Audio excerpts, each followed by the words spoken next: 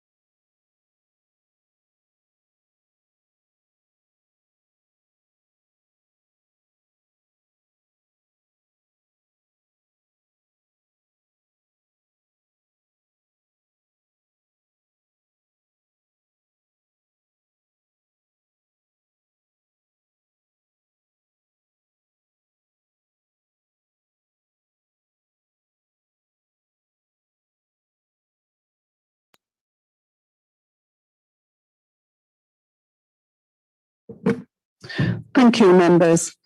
I would like to invite the Vice Chair to say a few words. Thank you, Chair. On the 16th of April, I attended a service at Derby Cathedral on behalf of North East Derbyshire in commemoration of His late Royal Highness, the Prince Philip, Duke of Edinburgh. We received a message from our twinning partners from the Landkreis of Darmstadt-Dieburg, which read, "We learned with regret that Prince Philip passed away at the age of 99. We will keep a lasting memory of his impressive personality, as well as his enduring efforts for the British-German friendship." On behalf of the Conservative Group, I wish to say a few words about former councillor Frank Taylor, who has died aged 87. I had known Frank for some 20 years. He was a straight-speaking person with a dry sense of humour. He had been a councillor in Nottinghamshire prior to joining North East Derbyshire. I consider Frank to have been fair-minded, which he demonstrated as chair of the Overview Board for Scrutiny. He listened to views of all parties and accepted contributions from each councillor. He did the same as member of the Licensing Committee. And I will always remember Frank for ensuring the funniest event ever in a council meeting, but it's too delicate to share on a public live stream. He was chair of the council in 2002, during which time he helped to promote CAMTAD, a charity for deaf people in the local area. Our thoughts are with Sheila and their family. Our thoughts are also with Councillor Huckerby, whose husband Stuart has recently passed away. Stuart had been consort of the council from 2019. He was a larger-than-life character who made a significant contribution to his local community, It is typical of Stuart that he fought his illness with strength and dignity to the end. We express sincere condolences to Carol and the family. Thank you, Chair. Thank you. Thank you, Councillor Thacker. Before I formally open the meeting, I would like to say that as the outgoing chair, it has been an honour and a privilege to have been the first citizen of North East Derbyshire. Can I remind members that this is a public meeting being streamed live to YouTube and via the Council's website. The meeting is also being recorded for the purposes of the minutes. I have been advised that the live stream is now up and running. If for any reason the public can no longer hear or see the meeting over the live stream, we will adjourn until the connection has been re-established. Can I ask the Governance Manager to explain the procedure for the meeting and to confirm the members and officers present? Thank you, Chair. And good afternoon, councillors. This is just a gentle reminder to you to comply with the virtual meeting etiquette, which includes keeping your camera on during the meeting, but remaining muted unless requested to speak by the Chair. The rules of debate are applied as per the Constitution. Please request to speak by either raising your hand or writing speak within the chat bar. Voting today will be undertaken by poll, and please ensure that you've got your closed captions enabled.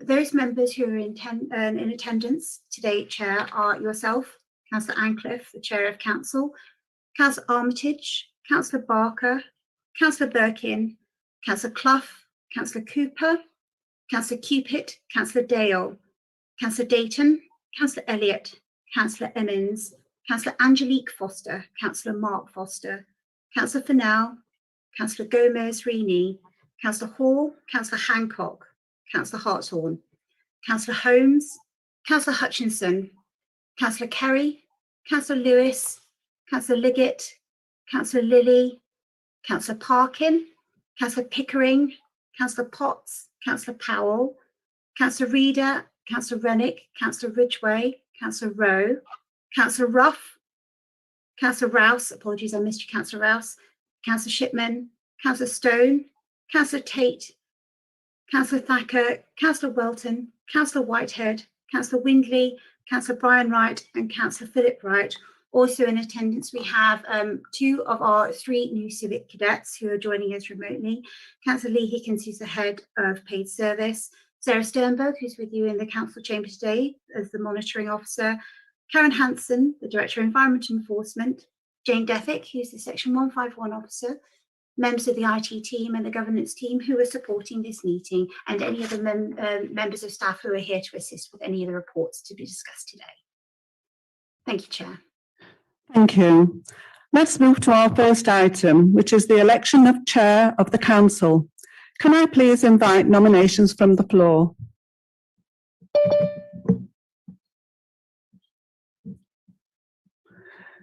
So Dale. Thank you, Chair. It gives me great pleasure to propose my colleague and friend, Councillor Martin Thacker, MBE, for the position of Chair of the Council.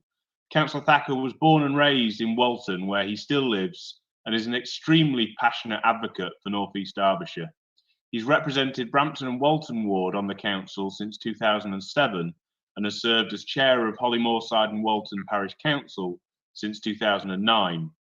More so than anyone else I know, Councillor Thacker is a community-minded person who has dedicated himself to some extremely valuable causes. He served as President of the Staveley branch of the Royal British Legion, Staveley Armed Forces Veterans Association, North Derbyshire RSPCA, Chesterfield Male Voice Choir, and the Island Colliery Chesterfield Brass Band. And that's just to name a few of the many civic and voluntary organisations that I know he is very proud to be part of and to support. He also supports young people through organisations like the Scouts and the RAF Cadets. And as a keen football fan, he's also Vice Chairman of Chesterfield Football Club and a Director of the Community Trust, which I know, given the highs and lows of the club's performance, must be a real labour of love. One of the causes that is most dear to his heart is supporting the deaf community, and he's campaigned valiantly over the years on their behalf. In the year 2000, Councillor Thacker was recognised for his fantastic work with an MBE for his services to the deaf community. As leader of the council, Martin led an ambitious programme of reform, delivering on the manifesto commitments that brought this administration into power as the first from our party in the history of this council. His finest achievements, though, came at the onset of the pandemic, when his community-minded instincts came to the fore, and he helped to transform the council almost overnight so that it could play a hugely important role in supporting our residents through the worst of it. I think we all know the levels of support that went in, but just to highlight a few of the things, we had 7,000 residents registered for support with the council. We delivered 4,000 medical supplies. There was food parcels, newspapers and magazines delivered to all those who needed them. And £18 million worth of grants were given to support local businesses. And none of this would have been possible without the efforts that Councillor Thacker himself put in. And it's that real passion for the community that helped to bring that to the fore.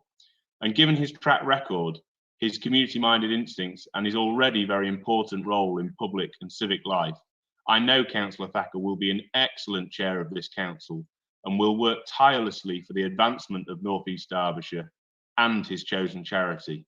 Thank you, Chair. Thank you. Councillor Cooper. Thank you, Chair. I'm really pleased to second Councillor Thacker as the chairman of this council for the year ahead. I pay tribute and note my thanks to yourself, Councillor Ancliffe, for your brilliant efforts in adapting the role of chair during extraordinarily difficult times to support your chosen charities. And with that, the last year, I think, has shown that the role of chair of this council has had to change quite dramatically. And from the work Councillor Thacker has been doing during this time, both in supporting yourself and for this council and for local charities, as Councillor Dale has just outlined, as well as his experience and community links, demonstrates to me that he's the perfect person to continue to adapt the role of chair where needed, but also hopefully this year to return to some of the big things and events and fundraisers as and when we can. To me, Councillor Thacker fits the profile to be a really good first representative of this council and district on two main fronts, which I wanted to highlight. Firstly, I really welcome Councillor Thacker's plans and commitment to revive some of the civic traditions, as has already been done with the civic cadets, closer links with our armed forces, the flag protocol, and hopefully will be continued with the appointment of a civic chaplain in a few items' time. It's really important to maintain and revive these traditions, I feel, particularly with the local community, as just another way for the council to support our district and to build our links with other areas and groups. Secondly, as has been mentioned many times, I think, in this chamber before, but can't be repeated enough, Councillor Thacker has a positive and quite amazing record of dedication to many local groups and charities. There's actually too many for me to list, although I know Councillor Dale has just had a good go. And I'm unsure how Councillor Thacker manages to be in so many places at once. But I know this will make him a really positive representative and advocate as chair of the council, and also gives him ample experience to support his nominated charity this year. Supporting Councillor Thacker and his very ambitious but welcome plans for the year, I understand will be Jean Spencer as his consort. I know Jean shares Councillor Thacker's tireless energy for supporting charities and local causes and groups, as she's a volunteer at Chatsworth, which is where I've often seen her, but also has a long-standing commitment to Chesterfield and District, Sir Optimist, I think, where she is currently president, and which supports many charities and important causes in this area and internationally. So I know Jean will be the perfect consort to the chair in representing our district and supporting as many residents and groups as possible throughout this year and meeting with them. I wouldn't wish to give any spoilers or preempt anything, but I'm really looking forward to what Councillor Thacker has already hopefully been planning for hopefully his time as chair, even if I can't quite convince him to launch a chairman's cheese. But the most important thing here, I know, is the driving force for both Councillor Thacker and Jean is to raise as much as they can for a charity very close to them, and indeed I think close to many, if not all of us in the virtual chamber and also in the district. So I'm delighted to second Councillor Dale's nomination, and hopefully without contest, I wish them the very best of luck for a hopefully very, very busy year ahead. Thank you, Chair. Thank you. Are there any further nominations from the floor? No indications, Chair. We will conduct the vote by a show of hands. Please can the governance manager issue the vote now?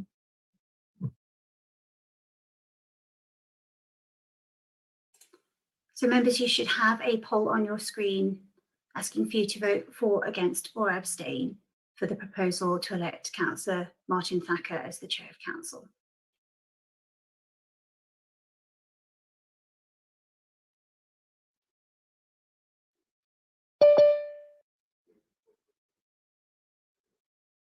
Chair, I'll just give it a few more seconds for the final votes to come in.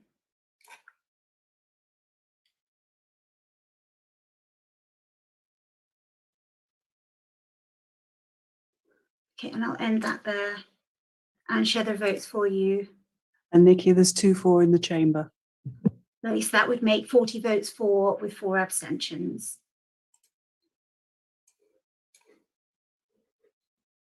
That nomination is carried, Chair.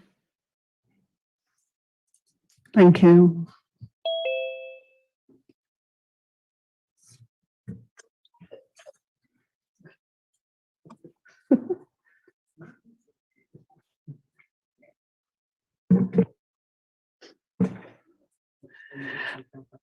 Right. So, may I be the first person to congratulate Councillor Thacker on his election as Chair of the Council and invite him to make the declaration of office. Thank you, Chair. I, Martin Edwin Thacker, do swear by Almighty God, having been elected to the office of Chair of the North East Derbyshire District Council, that I take that office upon myself and will duly and faithfully fulfil the duties of it according to the best of my judgment and ability. I will bear true allegiance to Her Majesty Queen Elizabeth II, her heirs and successors, according to law. So help me God.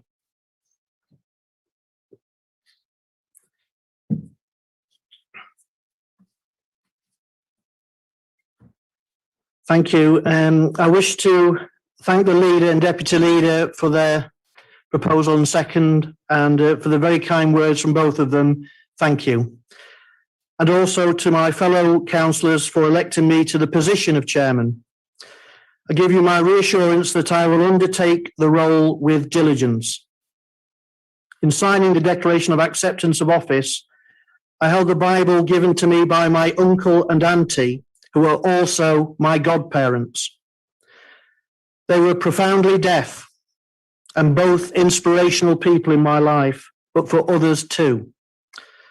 They're no longer here to witness this day, but if I carry out duties in a way that they would have been proud of, then I will have achieved one thing. I know I will be ably supported by Jean, who has been my mentor for almost 30 years. She will be a wonderful consort. The chain of office of the council chairman is symbolic of tradition since it displays the coat of arms of the district. The arms bear witness to the area's mining past and its riches as a rural place. The links are symbolic of togetherness. I would like to think the role of council chairman is one that brings every community across North East Derbyshire together as one district. The velvet collar the chain sits on is known as a yoke. The purpose of a yoke in general terms is to spread the load. While the chain is a symbol of civic authority divested in one person, the responsibility is a shared one, since every one of us is elected to serve the residents of North East Derbyshire. I hope all of you will share a collective willingness to work together for the benefit of the district, particularly as we prepare for a post-pandemic world. I also hope you will support me in fundraising for my charity over the coming months.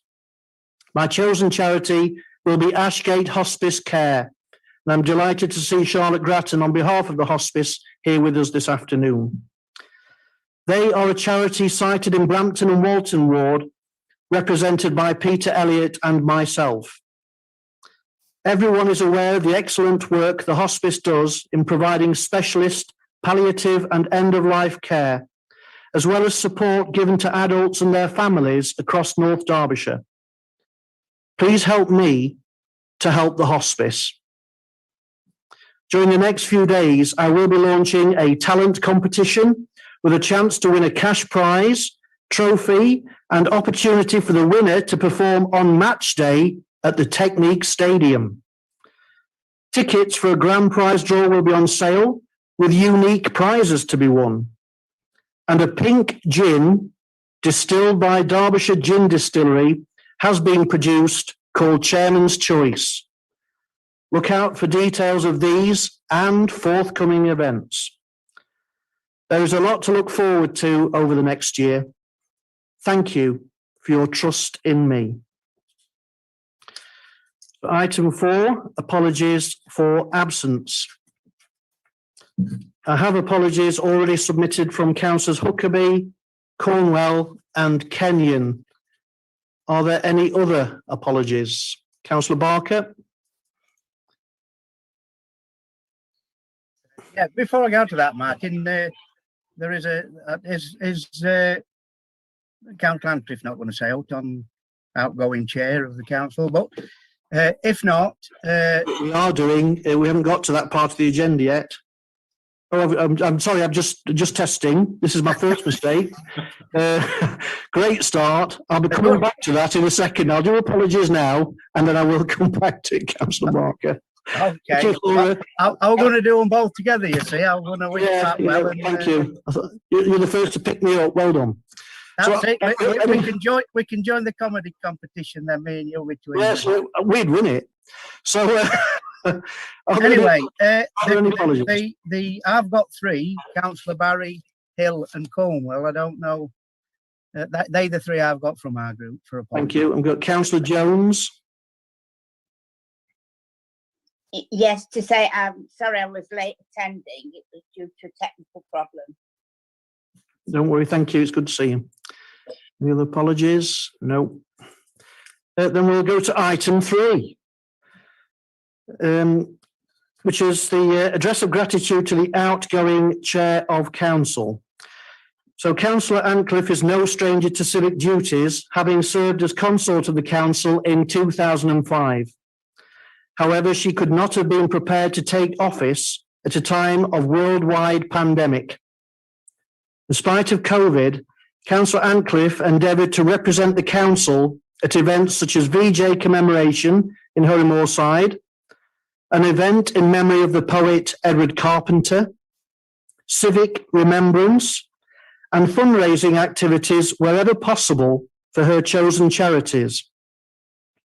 I admire her determination to promote both causes close to her heart. She has chaired meetings of council online, which everyone knows is no easy task, and I've just proven it. In spite of technical difficulties and barriers that IT sometimes present, Councillor Ancliffe has always retained her poise. As a friend and colleague, I am very aware of the additional work she has undertaken on behalf of this council behind the scenes. While it may not have been the year we would have envisaged, I believe the best thanks of the council should be recorded to Councillor Ancliffe for the grace and dignity in which she has conducted herself as chair for the civic year 2020-2021. And it is now my privilege to present Councillor Ancliffe with a past chair's badge and an album recording her year in office, and some flowers which have just been presented socially distanced. Councillor Dale wishes to say a few words. Councillor Dale. Thank you, Chair. Just to really echo what you said there, I think it's been a hugely difficult year for the chair of the council, for Councillor Ancliffe, and I feel extremely disappointed that the civic year fell in the way that it did. But I just want to say how much I admire Councillor Ancliffe for how she's approached it and how well she's actually done in raising money, much needed funds for her chosen charities. And we know that the pandemic has been difficult for all charities. So every little bit that Councillor Ancliffe has raised has been so important and so useful for them. We know that chairing meetings is immensely difficult at the best of times when we're all in the chamber, and I can't imagine how much more so over Zoom. but Councillor Ancliffe has always approached it with a huge amount of dignity and poise, as you say, and has done extremely well. So for me, Councillor Ancliffe is absolutely the Councillor of the Year, and I'd just like to say a huge debt of thanks to her for everything she's done on behalf of the council. So thank you, Chair. Thank you, Councillor Dale. Councillor Barker.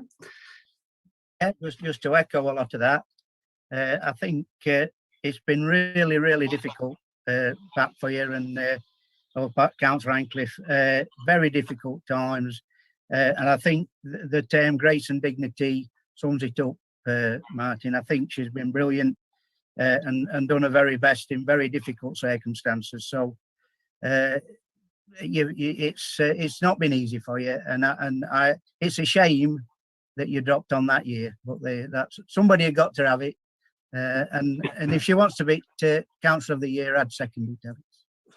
Thank you, Councillor Barker. Councillor Rough. Yes, I mean, what can you say other than to echo what everybody else has said?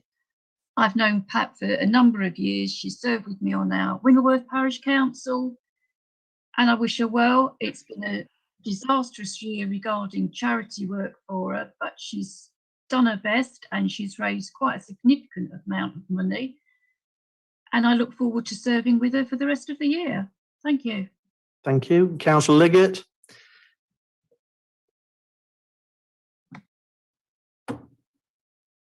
Well, what a year to be chair. I know how important Councillor Ancliffe's charities are to her and how hard she's had to work to raise the money she has. It's sad that the events that Councillor Ancliffe had planned could not go ahead due to COVID-19. But I would like to say, well done, Pat, for what you have achieved. Thank you.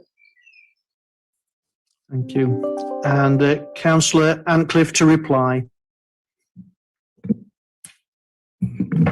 Thank you for those kind words. I've written a little speech actually, and I'd like to just continue. This year has been a year like no other, one which has raised challenges as a result of the implications of COVID-19, which has not only led to a change in how many of us work, but in our daily lives as well. That said, whilst it has been challenging, it has been an honour and a privilege to have been chair during this exceptional and unforgettable year. Charities have been severely impacted during this crisis, yet it is at times like this when they are needed the most. I had a number of fundraising activities planned to support my chosen charities, Alzheimer's Research and the Deaf Children's Society, but social distancing and lockdown meant these could not go ahead. This meant that more inventive ways for raising funds needed to be found. I couldn't do this alone without the support of my team, and I would like to thank them for their creative ideas and in managing the online events. Whilst this meant that we couldn't raise the amount of money I would have liked, we did manage to raise quite a bit considering the circumstances. A sum of nearly £4,000 has been raised to date. And just to remind you, the donation line is still open for the next 2 weeks. If anyone would like to donate, please do. I would also like to say a big thank you to my Vice Chair, Councillor Martin Thacker, now Chair, for his unwavering support. I would also like to give special thanks to Dave Vickers and Joe Bradley, and to acknowledge my 2 volunteer cadets. However, most important, I would like to say a big thank you to everyone who has been able to donate. And finally, as my year draws to a close, I would like to wish the incoming Chair, Councillor Martin Thacker, a very successful year. I sincerely hope that social distancing and lockdowns don't impact on him the way it did for me. I wish him an enjoyable year. Thank you. Thank you. Thank you, Councillor Ancliffe. Item 5, declarations of interest. Members are requested to declare the existence and nature of any disclosable pecuniary interest and or other interests not already on their register of interests in any item on the agenda and withdraw from the meeting at the appropriate time. No declarations. We move to item 6, minutes of the last meeting. Can we please approve as a correct record the minutes of the meeting held on the 8th of March 2021? Councillor Dale. Yeah, happy to propose that we move those. Thanks, Chair. And Councillor Cupit. Yeah, happy to second those. Thank you, Chair. Thank you. Councillor Barker. Thank you, Chair. Just before that, I didn't get a chance to congratulate you on being made the chair of the council, and I'm sure you'll carry out your duties as you've said in your contribution with the utmost best of your ability, anyway. And I'd like to personally put on record I want to help towards Ashgate Hospice and help with your fundraising activities. So well done on that. Just on the minutes, there's a couple of things. One, that Councillor Lilly's apologies are not recorded, and I'm fairly certain I put those in. And secondly, I just find it odd that we've got the minutes of an ordinary meeting in the middle of an AGM. I don't know, does that usually happen? I'd have thought they'd have been better in the next meeting, but that's just a point of order. I think Councillor Barker, in answer to the first bit, we can make sure they're amended and Councillor Lilly's apologies added. In terms of the second point, probably so. But if you're content just to continue that they're here, and they might as well stay here. And thank you for running ragged with the agenda and throwing in anything you fancy in any agenda item wherever possible. I'll keep you on track, Councillor Barker. So it's been proposed and seconded. All those in favour of the minutes? We're going to a poll now, right? Could we do the poll then, please? 2, 4.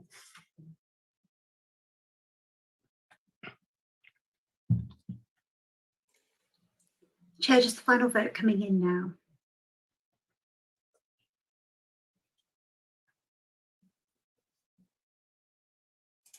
And That's- Nikki, there's 2-4 in the chamber.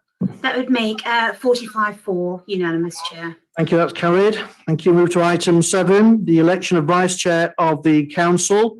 Councillor Dale. Thank you, Chair. I'm very happy to propose Councillor Diana Rough. Councillor Rough is an extremely hard-working councillor who, like yourself, Chair, is also very community-minded. She's previously served as Chair of Wingworth Parish Council for a number of years, and as a District Councillor, I know she's made some fantastic strides in improving the Planning Committee as its Chair, as well as being a really active member in other committees. I know she'll do a fantastic job in supporting you as the Chair for the forthcoming civic year. Yeah, and just like to propose Councillor Diana Rough and wish her well as your Vice Chair. Thank you. And a seconder, Councillor Cupid. Thank you, Chair. Yeah, I'm more than happy to second Councillor Rough as Vice Chair of the Council for the coming year. I know from speaking to Councillor Rough that she's really keen to, as Vice Chair, to engage with young people and to try and obviously link them into politics more, etc. So I think that's a fantastic cause, as well as the charities and organisations that she's involved in already in the local community. So wholeheartedly second her. Thank you. Any other nominations? Councillor Barker. Yeah, I'd like to move Councillor Betty Hill. Very similar to what's just been said about Councillor Rough, really. Betty, we all know Betty. I don't think I need to say an awful lot, but she's, yeah, I'd like to move her as the Vice Chair for forthcoming year. Thank you.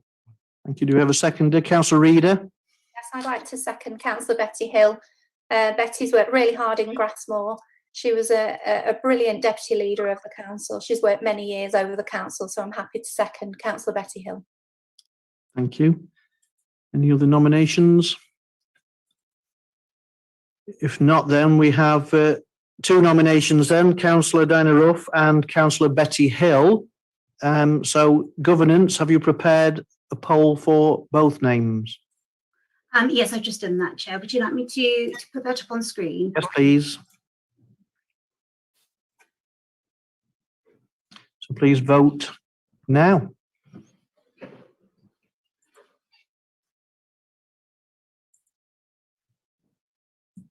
It's just one.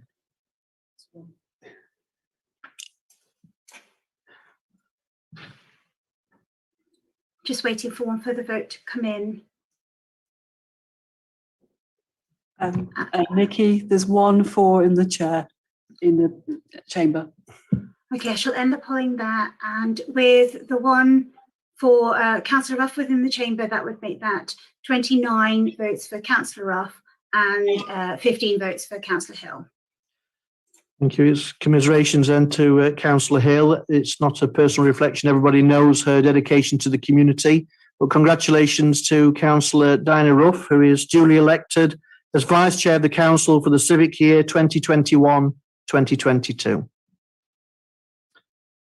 We move to item 8, appointment of civic chaplain. The traditional role of the civic chaplain is to offer spiritual, pastoral, moral support and guidance to the council chair, councillors and employees. In resurrecting the role, the intention is to ask the chaplain to assist at times of celebration, mourning and local or national reflection.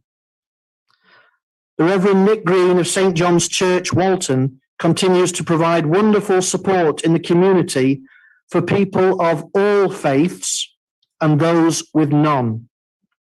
His words are thought-provoking and heartfelt, and he will be someone to turn to when seeking help and care. So I invite the Reverend Green to sign the Declaration of Acceptance of Office. So, Reverend Green.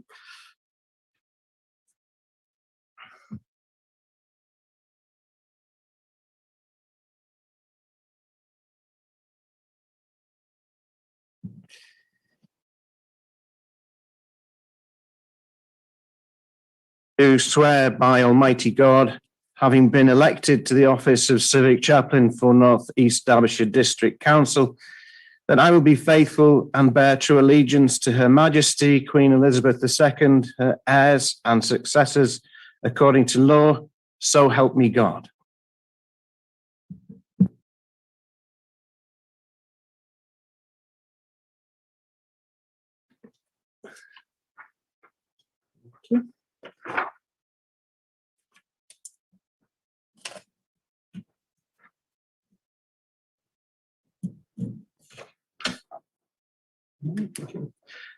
And then also to receive the civic stole. Reverend Green. Do you want to say a few words? Invite the Reverend Green to say a few words.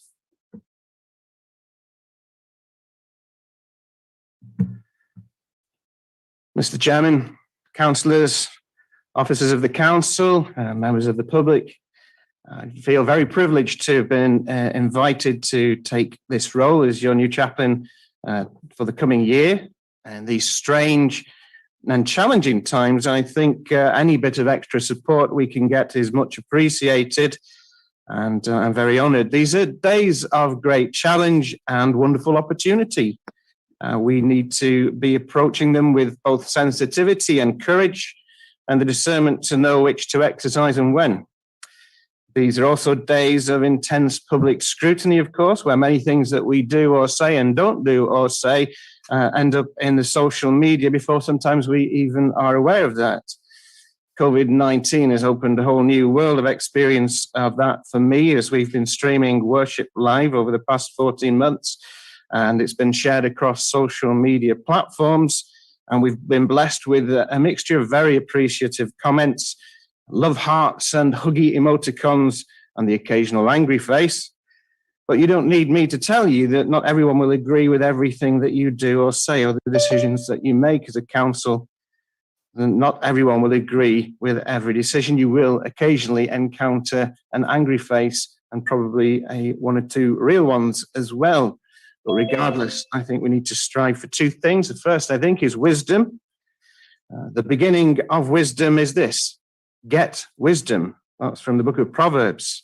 I'll be praying for wisdom for you all to make decisions that are truly in the best interest of the people that you serve, and for insight to see the needs and to be able to connect with them in real and important ways. This is a vital aspect, of course, of public service.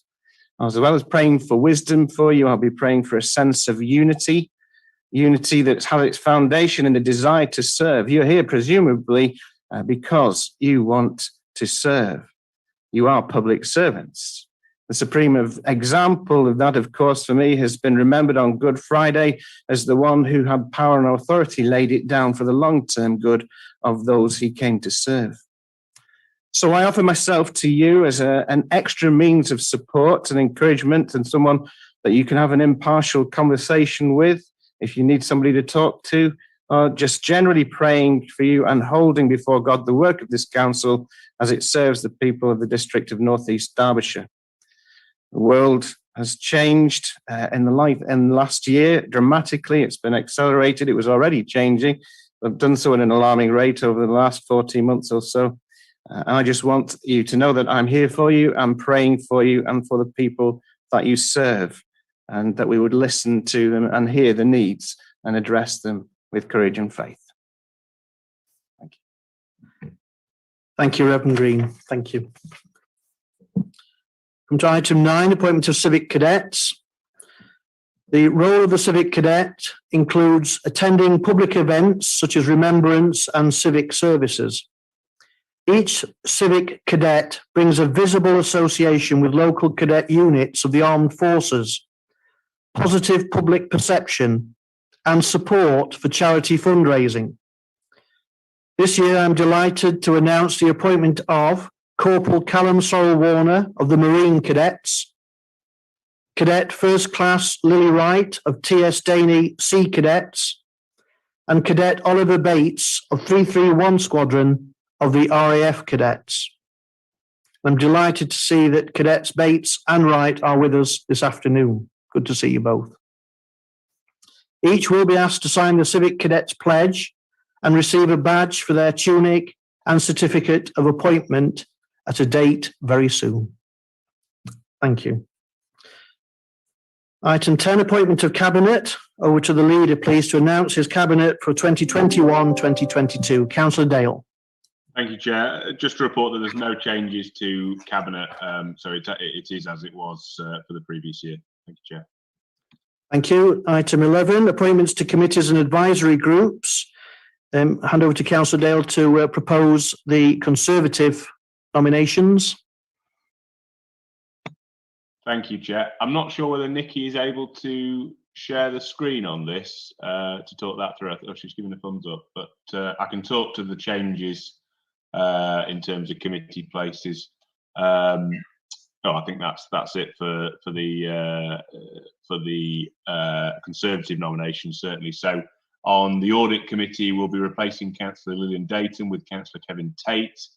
On the Community Scrutiny, we'll be replacing Councillor Oscar Gomez-Rini and Councillor Richard Welton with Councillors Mo Potts and William Armitage. On Growth Scrutiny, we'll be replacing Councillors Diana Ruff and Councillor Nick Whitehead with Councillor Philip Wright and Councillor Oscar Gomez-Rini. And on Licensing, with the seat made vacant by Councillor Patricia Bone, will be installing yourself as chair, Councillor Thacker as chair, and Councillor Richard Welton as well to replace Councillor Huckabee. On organisation scrutiny, again, the vacancy created by Councillor Pat Bone will be replaced by Councillor Richard Welton, and Councillor Diana Ruff will be replacing Councillor Mo Potts. And then in planning, Councillor Heather Liggett will be replacing directly Councillor Huckabee as a sub. So Councillor Huckabee will be a sub, and Councillor Heather Liggett will be on Planning Committee. For Joint ICT Committee, I'll be replacing Councillor Kevin Tate and Councillor Nick Whitehead with Councillors Jeremy Kenyon and Paul Parkin. And then finally, with Councillor Kevin Bone no longer on Member Development Working Group, I'm inviting Councillor Pat Ancliffe on to take that seat. And I think that's all the changes on the Conservative nominations side. Thank you, Do we have a second for the Conservative nominations? Councillor Cupit. Thank you. Yeah, happy to second that, Chair. Thank you. And for the Labour nominations, Councillor Barker. I didn't know I'd have to go through this. I thought we could. Yours has been circulated, so if you're easy just to propose, that would save time. Yes, we've only made changes with the Planning Committee and swapped a couple of people around for substitutes. So as printed. Are we happy with that? Yes, very happy. Thank you. Councillor Reader to second. Labour nominations. Thank you. Liberal Democrat nominations. Councillor Shipman. Thanks, Chair. The only change we've got is Councillor Hancock will be replacing me on planning. Everything else is remaining as is. Thank you. And Councillor Hancock to second. Thank you, Councillor Hancock. And Independents, Councillor Fennell. There's no change from last year. Councillor Cooper and myself will continue on the committees as stated. Thank you. And Councillor Cooper to second. Thank you, Councillor Cooper. So we now need to move to the vote on block. So can we have the poll, please?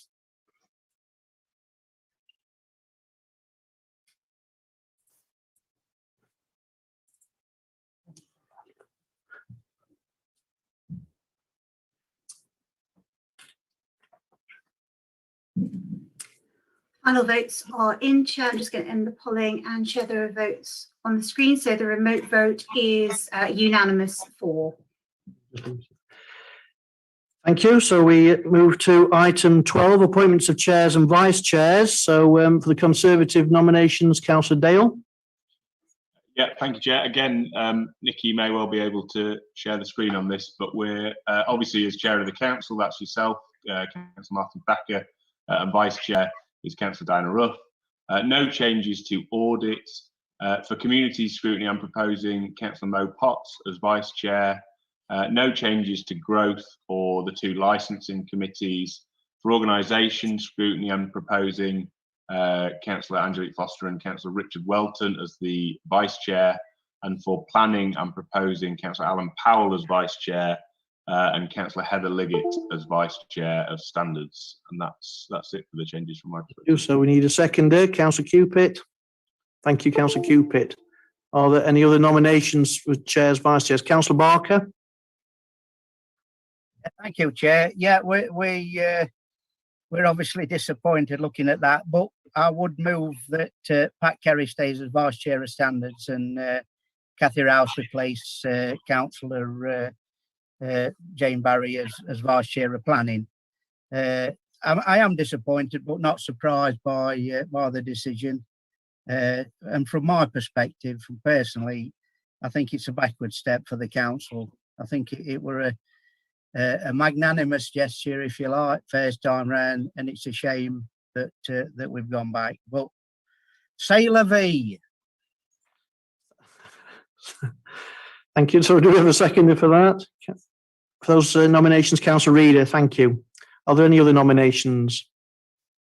Councillor Shipman? I just want to agree with Councillor Barker here, because I think, these are supposed to be scrutiny committees.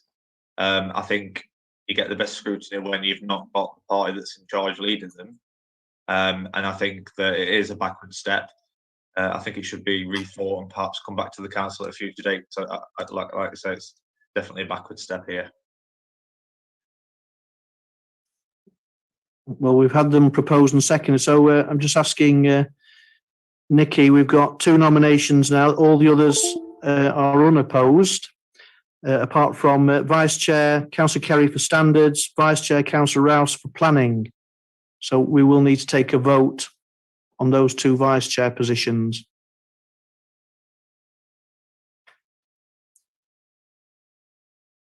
I've put together a very quick poll. So the poll would state the chairs and vice chairs as put in the paper that was submitted before the meeting, or as amended by Councillor Barker. So that would include the changes for the chairs and the vice chairs as stated by Councillor Barker. So if you're happy with that, Chair, I'll launch the poll. Well, can we see the poll? Right, so as you can see, so if you're agreeing to the ones that are circulated by the majority group, then you're voting as put. If you're supporting the two vice chair as put forward by Councillor Barker, then you're voting for as amended by Councillor Barker. So please vote now.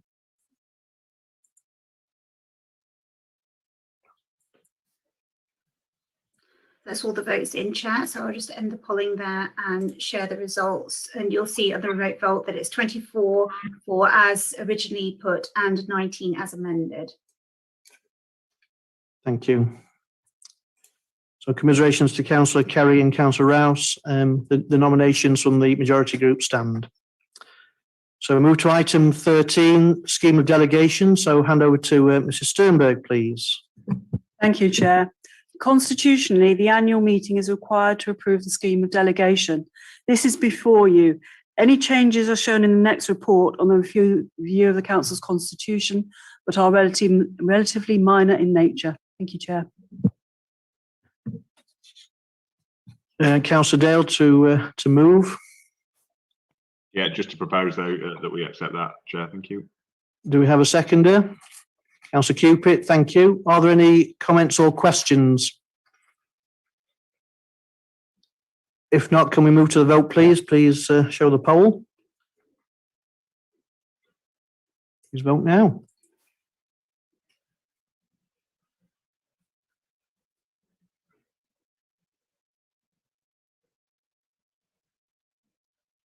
That's all the votes in, Chair. That's 41 for with 2 abstentions on the remote vote. Thank you. So we now move to item 14, review of the council's constitution. So I invite Mrs. Sternberg, monitoring officer, to present the report. Thank you, Chair. Each year, the Standards Committee gives detailed consideration to changes to the Constitution to ensure the rules within it are up to date, that the procedures within it are effective and efficient, and reflect the wishes of members and the law. There are a number of recommendations that are made for your consideration, as detailed within Appendix 1 to the report. The suggested changes include raising the level at which requests for quotations can be used in place of tenders from £50,000 to £75,000. That is merely a change in the kind of paperwork. So instead of requesting a full tender exercise between 50 and 75,000, we'll now make a request for a quote, which will have all the essential details but isn't so bureaucratic. 3 new delegations to myself and my role as monitoring officer in reference to recruiting independent persons. That is the commencement of the process to recruit independent persons, the 6-month rule dispensations, and legal and housekeeping amendments to the Constitution, and some minor points of clarification. If agreed today, these changes will be incorporated into the Constitution, which will be republished as the 2021 version. Thank you, Chair. Thank you. So we need a mover for the review. So Councillor Armitage. Thank you, Chair. First of all, I'd like to thank the committee and the officers for helping with this review, and I would like to propose this review to Council. Thank you. And a seconder, please. Councillor Dale, thank you. Any comments or questions? If not, can we move to the vote, please? So we show the poll. Chair. Sorry, Councillor Birkin, sorry. Thank you, Chair. I'd like to raise a point about Appendix 3, the Claycross Town Board, the terms of reference that have been set there. I'm a little disappointed that there are no representatives of the working people around Claycross directly affected in this arena. By that I mean trade union representatives. The membership lists local business and investors and prominent members of civic, faith organisations and voluntary groups and local sports teams. I think it would be helpful to such an important project that the council is involved in, for there to be more specific representation from those people who represent the working class in the area. So I would suggest that there should be an invitation to trade union representatives on that body as well, please. I think my first comment, though, in answer to that, Councillor Birkin, having been part and parcel of setting up the town board in the first place, is that the terms of reference of the town board are set by government. It's not a local decision. The only leeway that there is when we're considering any subcommittees or working groups, and that's where I know on the Claycross Town Board they've tried to accommodate local people from Claycross and a variety of others that aren't listed in the ones set down by government. So the Claycross Town Centre Board has worked hard to include local people. So it wouldn't be appropriate to include it here because the terms of reference for the board itself is set down nationally. Chair, if I could just ask you then, does that the 2 items on 2.3 and 2.4 say that the board may comprise of representatives of? I would suggest that there's a bit of discretion there for each board to choose which areas it wants to pick its members from. The discretion, is it at a working group level or subgroup level? I think, Mrs. Sternberg, I think, unless you want to add any comment to that in answer to Councillor Birkin. Just if you wanted to look at this again, it could go back to the Claycross board. I think if it's all right with you, Councillor Birkin, you've made the point, and I think, as I've already said, the terms of reference are set down by a national body. What we can do is feed that back to the town centre board, and we can incorporate your comments in the feedback to the board so that they are considering very carefully the groups of people you're suggesting in working groups, subcommittees, and that sort of thing, to make sure that everybody who should be included is included. Are you satisfied? That's fine, Chair. Thank you very much. Yeah. Thank you, Councillor Birkin. And are there any other comments or questions? Can we move then, please, to the vote?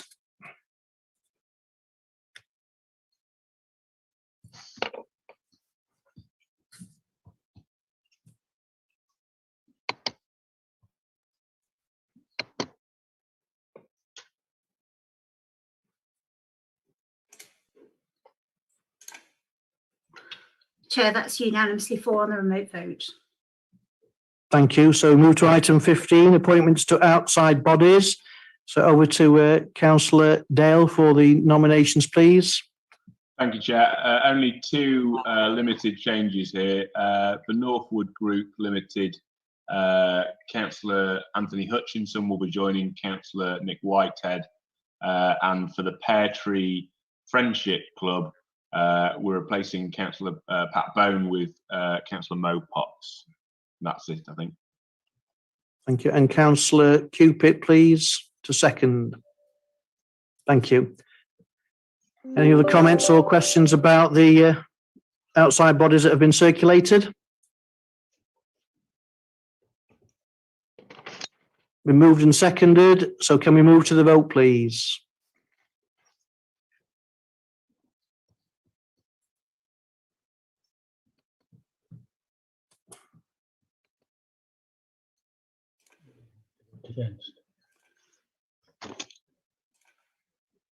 Chair, the remote vote is 39-4 with 4 abstentions.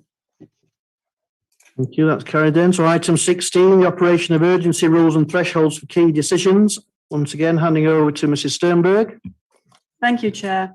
Again, constitutionally, the annual meeting is required to approve the financial level for key decisions in relation to the executive and the operation of the urgency rules.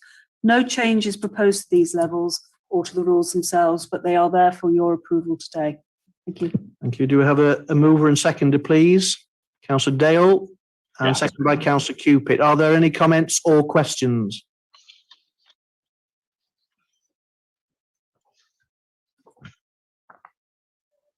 Councillor Shipman? Yeah, I just wanted to ask Chair, you know, on point B of this thresholds for key decisions, where it says advise of decisions taken under emergency rules within the council scrutiny rules. Would this take into account the issue we had not so long ago where decisions were taken under emergency rules and we didn't know about them? Would this now encompass that or not? It does. Mrs. Sternberg to respond. First of all, I would dispute that nobody knew about them. What you're talking about is the use of the emergency power in the delegation scheme that is for the head of paid service. This relates to executive and executive decisions and not giving enough notice because something's happened to cause it to be urgent, that kind of thing. Right, so okay, the report's going to executive. Okay, thanks. Thank you. No other comments or questions? Can we move to the vote, please?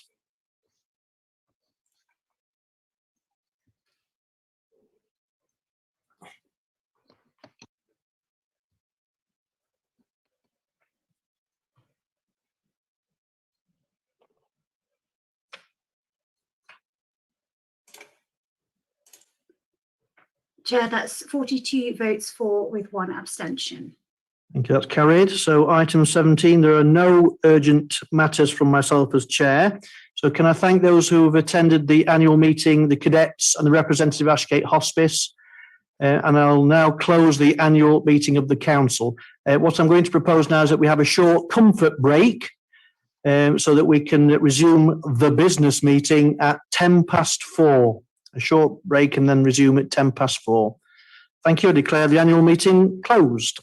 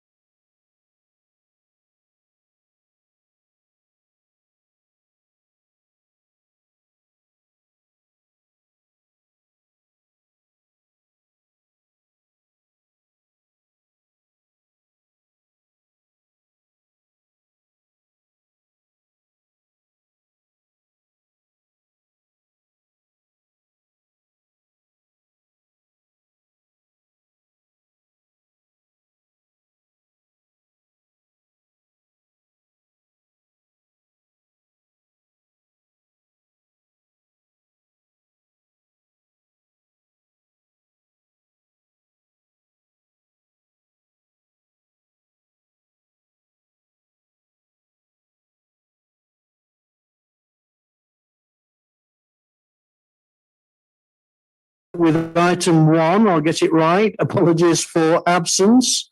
So we have apologies from councillors Huckabee, Kenyon, councillor Holmes, Cornwell, Barry, and I think there's one more. There was. Chair, I have councillors Barry, Cornwall, Holmes, Hill, Huckabee and Kenyon. Yeah, that's. How could we forget Betty? Oh dear. I know, how could we? So, thank you. Any other apologies? Item 2 then, declarations of interest. Members are requested to declare the existence and nature of any disclosable pecuniary interest and or other interests not already on their register of interests in any item on the agenda and withdraw from the meeting at the appropriate time. Any declarations?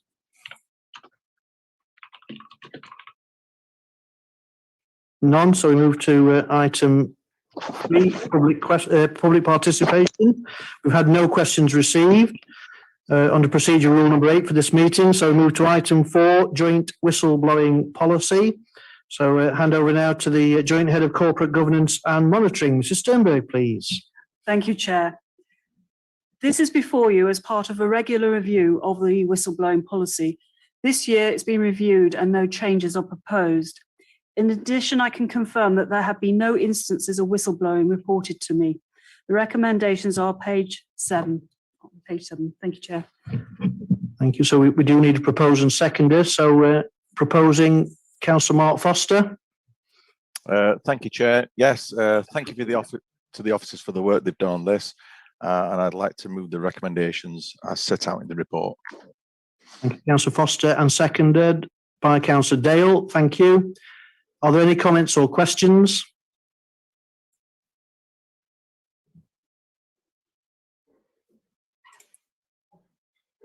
None. So in that case, can we move to the vote, please? So this is to agree the current policy is fit for purpose.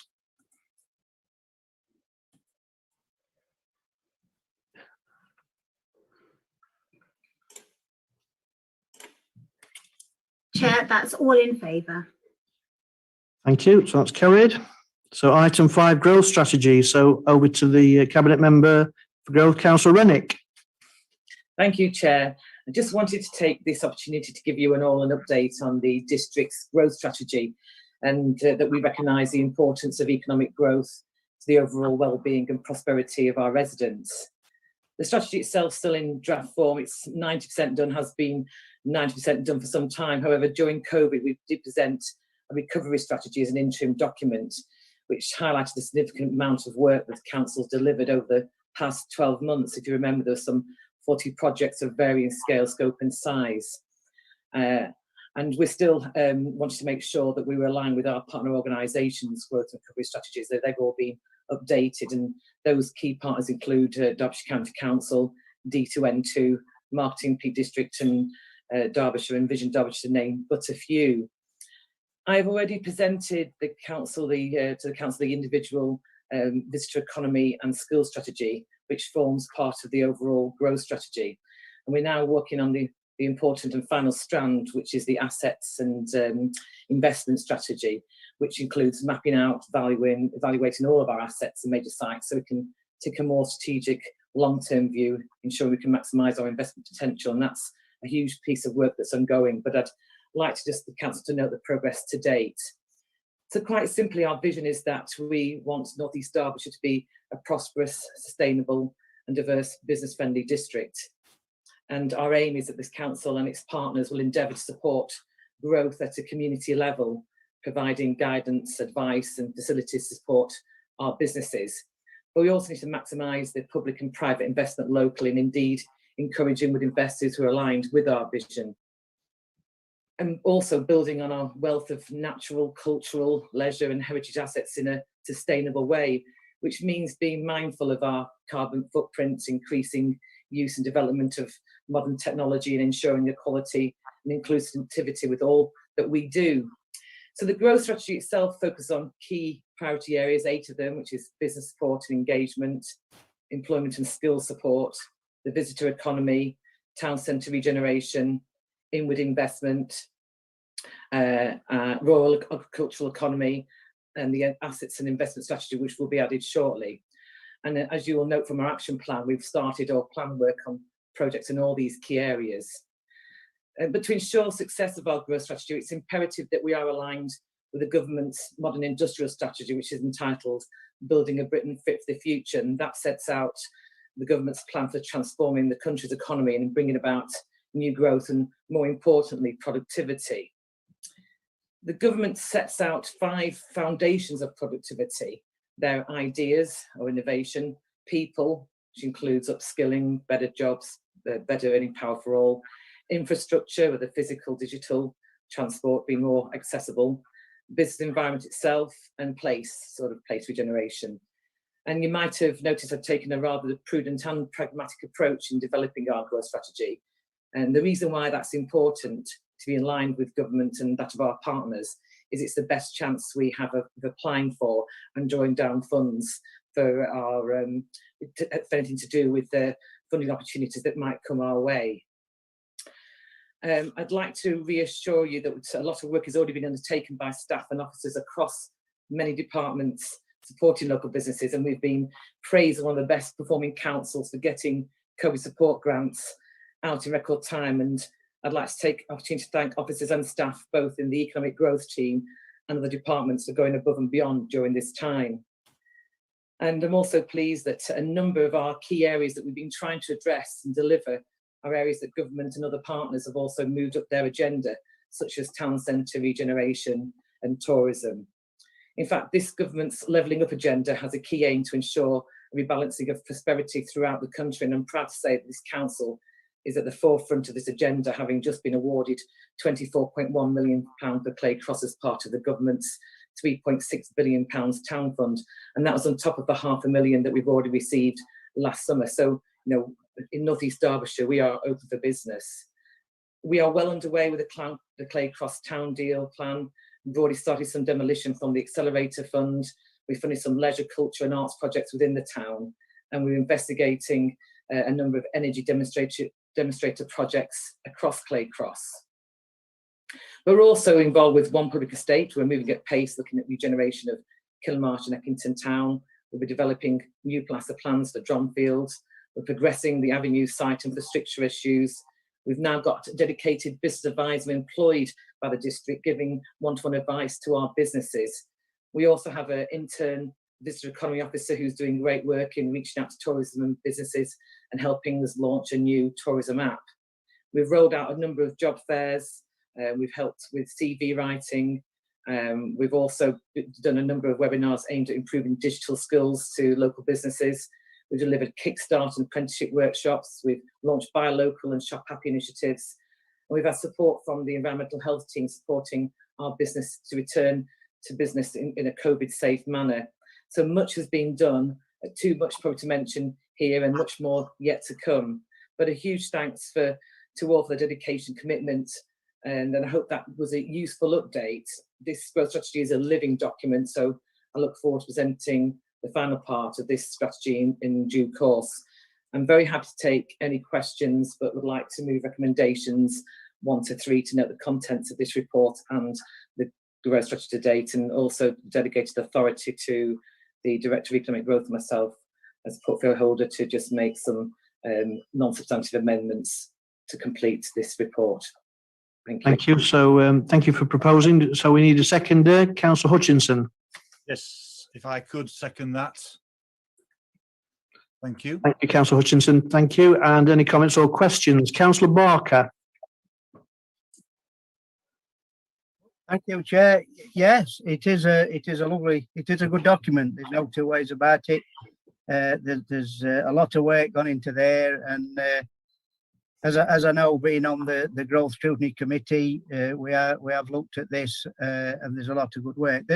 The point I'd make, and I'm sure you'd expect me to, is that a lot of this is on the back of the work that we'd already started when we were in control, because it were obvious without growth in this area, because of the government cutbacks with their central government grants, the only way to survive is to have growth in our area, so we can collect business rates and all that stuff. So it is good work, and I'm sure that scrutiny committee and others will keep a check on the action plan, and we keep to some of those targets, because I can't argue there's a lot of good work in there.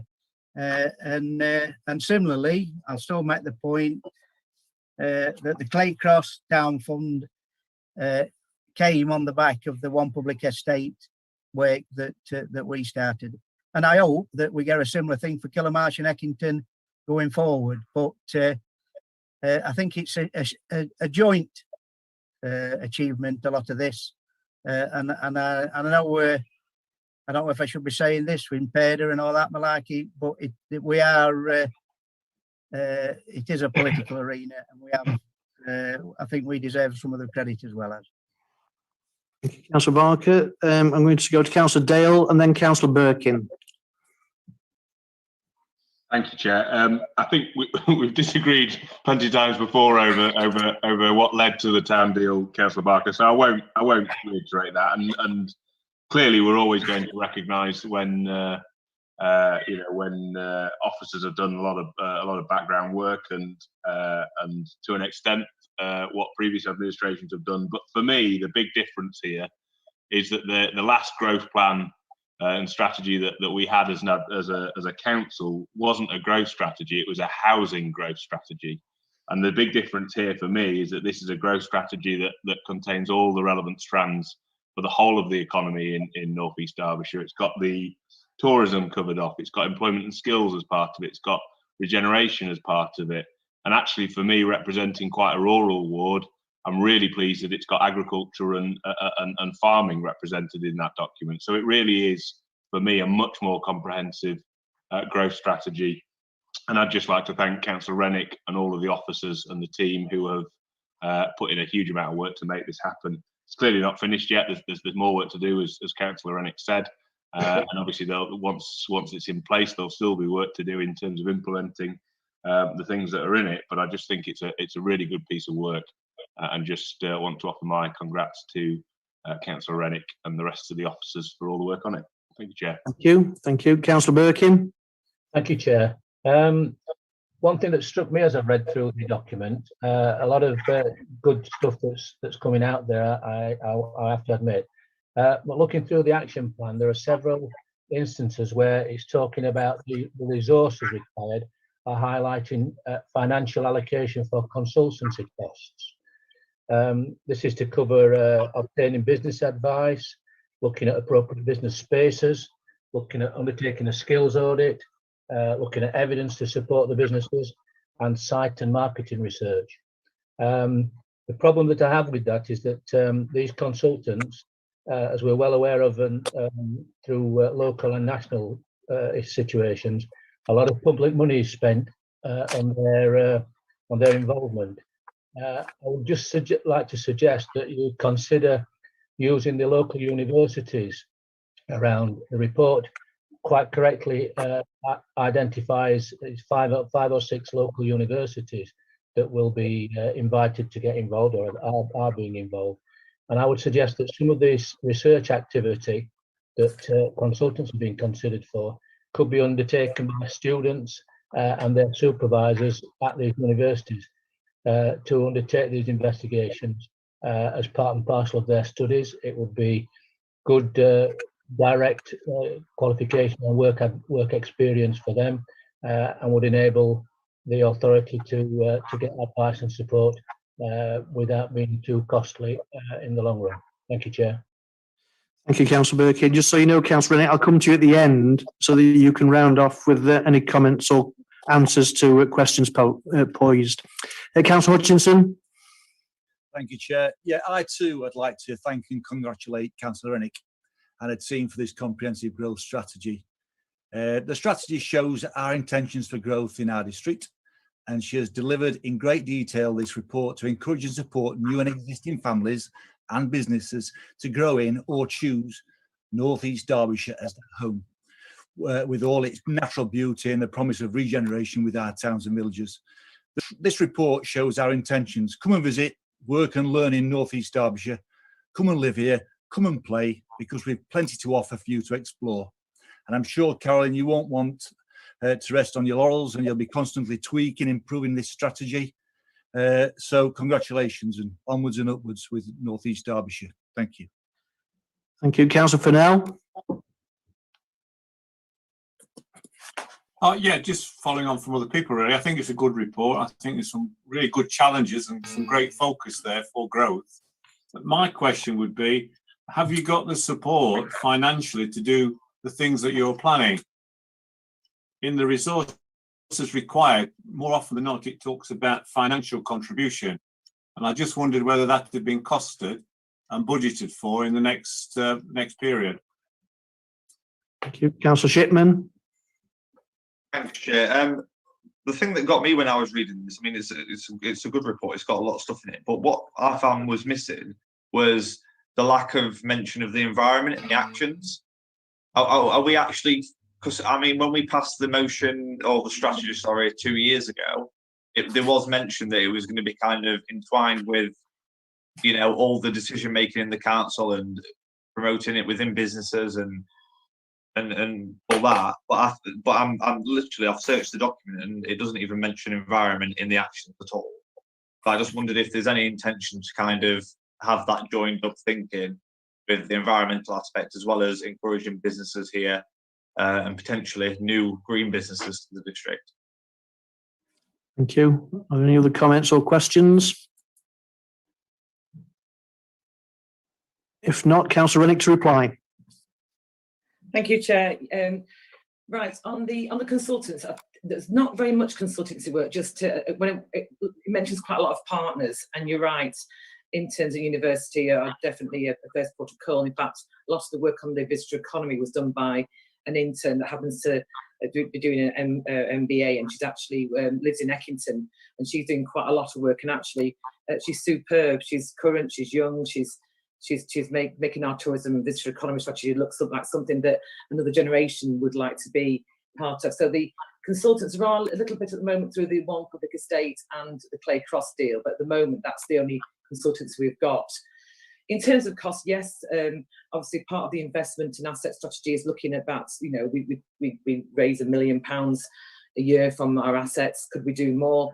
Could we sell assets? Could we buy, reinvest into other parts of the district? That's all to be decided, and you know, that's maybe where we build a bit of a chest of investment for later strategies. But also it is looking at the funding streams. We've got something to apply for in another fund that's coming our way. We've shown we're successful in terms of £24.1 million for the town deal. We'll look and argue, Councillor Barker, about this, for forever. At the end of the day, the past growth strategies were really just housing strategies. There was nothing embedded in growth, and you know, if you'd done that job properly in your term, with those embedded skills would have been there to support businesses. Now we're having to start and hit the ground running. And I'm immensely proud of the industrial strategy that our government has actually put forward. And you know, I quite rightly, of course, have aligned it to that, because that's where the future funding will come in terms of growing the rest of our local district. In terms of in response to Councillor Shipman, I think Councillor Hickey wants to come in, but I'm surprised you've asked that, because our fourth page is that, you know, the cost-cutting themes were about equality, inclusivity, using, you know, obviously modern technology and digital solutions, and development of increased uses of carbon and low technology. And you know, we've got 3 demonstrator projects we're looking at Clay Cross, which could be potentially huge for this area. Some of them will be transformational. And there's we've talked already about the 10-point plan for a green industrial revolution. Again, our government has set out the points. They're all in here on page 8 and 9. So there is quite a lot in there, Councillor Shipman. In terms of the action plan, you know, obviously we'll have to, that's going to be developed more in time, but there's definitely a huge part of this growth plan is going to be green growth. I'll end it there because I think Lee Hickey would like to come in on that. If I could. No, you can't. I'm sorry, but you were rounding off, Councillor Rennick. The debate has happened. So thank you anyway, Lee. But it's been proposed and seconded, so can we move to the vote?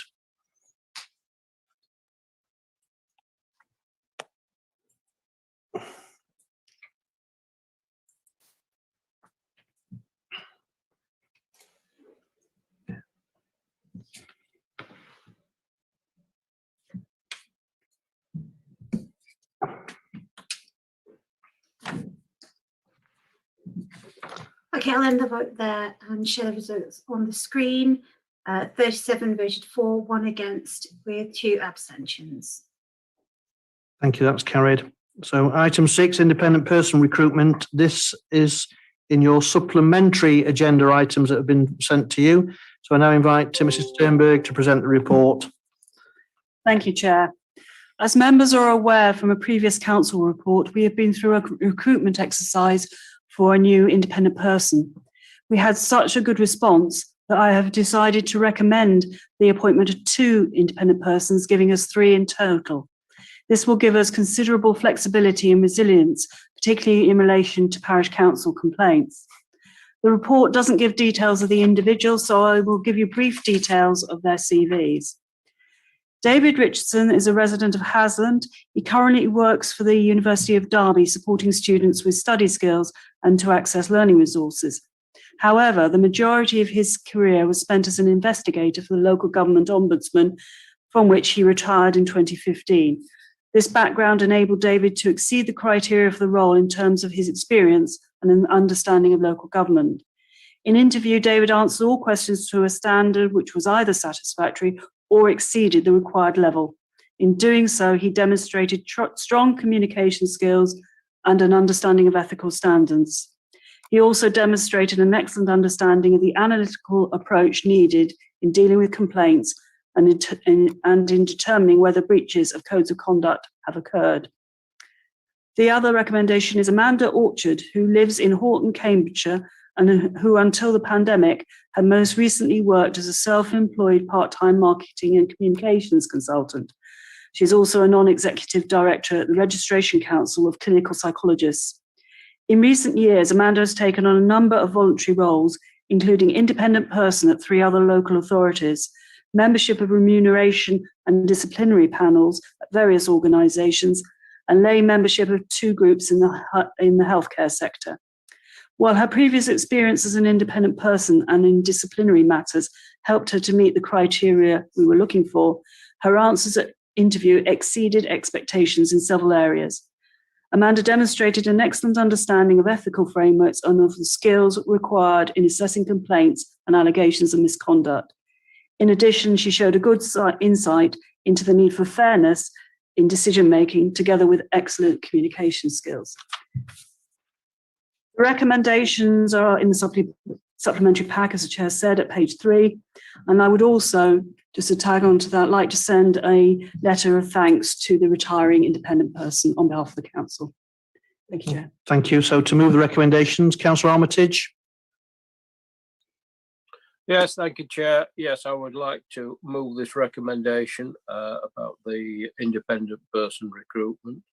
And again, thank you, Sarah Sternberg, for carrying out the necessary interviews. So I'd like to move this recommendation. Thank you. And seconded by Councillor Dale. Thank you. Are there any comments or questions? Apart from the hope that these 2 independent persons won't be very busy. Okay, no comments or questions. Can we move to the vote, please?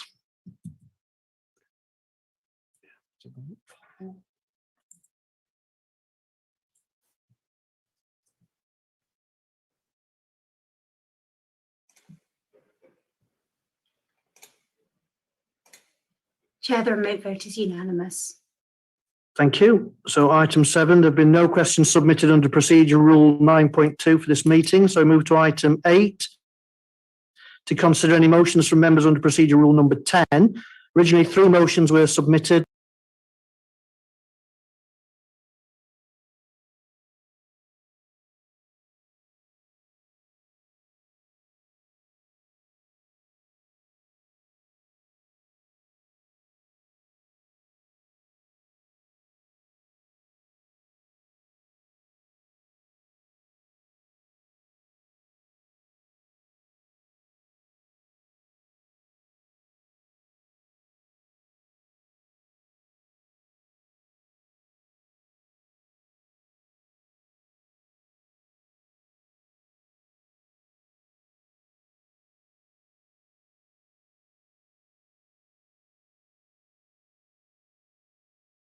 various businesses and people during the COVID crisis that we've had, but there are a lot, and I think all of us will have a significant number in our wards of people who have fallen through the cracks. We've had, and in the company I work for, we had one chap who was taken on 1st of March last year. Obviously, he was still in training when COVID hit.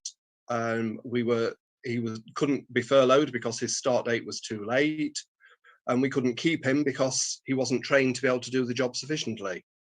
That's one of a lot of examples. There are a lot of people who've actually started their own businesses during the course of this. They've fallen through the cracks as well, and through the whole country, as we know, there are absolutely millions of people who are not actually getting the support that they really should be.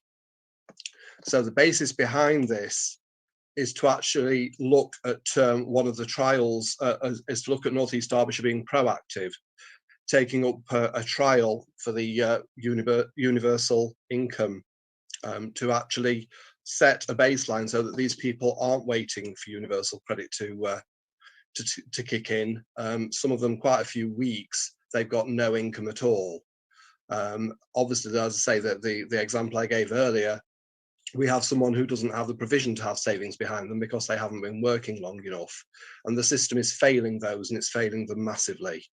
So on that basis, I'm actually putting this through in the hope that North East Derbyshire will be proactive, that we will address that shortfall.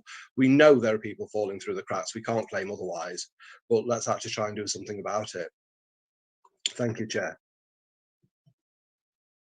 Thank you, Councillor Hancock. And to second, Councillor Shipman. I'll second that, Chair, and reserve my right to. Thank you. So any comments or questions about the motion?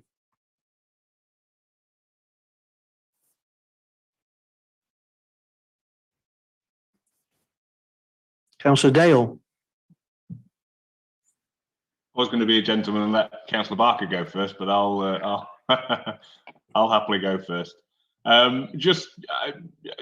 Thanks for the motion being put on the agenda, but on behalf of the Conservative group, I don't think that we can support this. And it's a few matters of principle, really, that we don't agree with universal basic income on. I think the first point to make is that it's an extremely blunt instrument, fundamentally.